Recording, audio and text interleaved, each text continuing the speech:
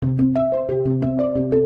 Cocktail Conversations, candid insights from startup founders, entrepreneurs, and thought leaders from around the globe. Co-branding is fantastic, and a lot of brands are still afraid of it, but that idea of, 50% of population is under 30, that's young folks around the world who don't want to sit back and take the answer you want to give them. They want to co-create your brand with you. They want to co-create the products. They want to help you lead the charge and really truly change the world. That's really inspiring to me personally.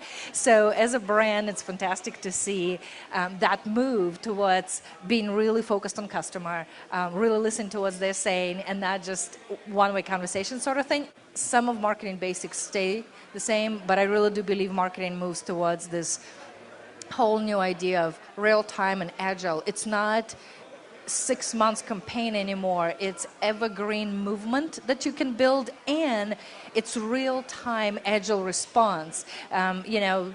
Having conversations either through video or blogs or Facebook page, it doesn't matter what it is, but doing it real time. That sort of real time mentality is not there for brands, and they're just starting to realize it and shift towards it, and I think that's going to be really exciting to watch that transformation. Scaling, right? There is multiple business units. There's a lot of different geographies. So really taking what you learn centrally and what your headquarters team spend time figuring out. In social media, everything is, fail, get up, try it again, succeed. You kind of fail your way to amazing things. And so what's been the challenge is how do you take all that knowledge that you have, or even maybe business units that are ahead of the game or geographies that are ahead of the game, and take that mentality and scale it across 90,000 employee company. For us, that's been kind of the hardest, most amazing challenge to tackle. Take all the elements of social media. What does that mean?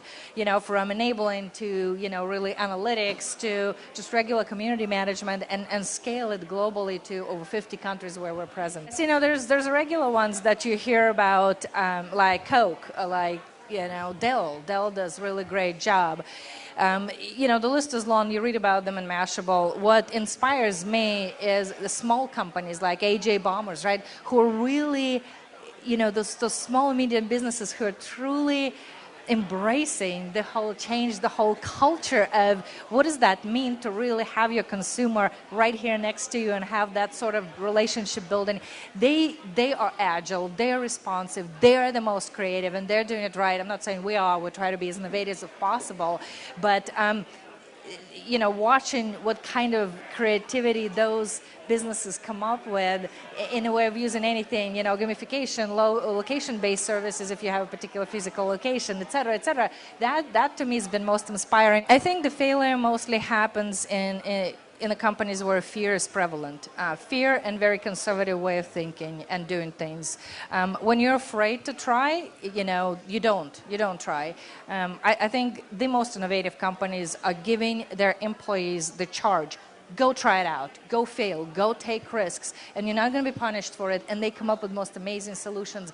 And also, I think the companies that do it wrong is when they fail, they just kind of close up. They create a shell around them and like, okay, we're not going anything, we're not addressing it. That's okay to fail.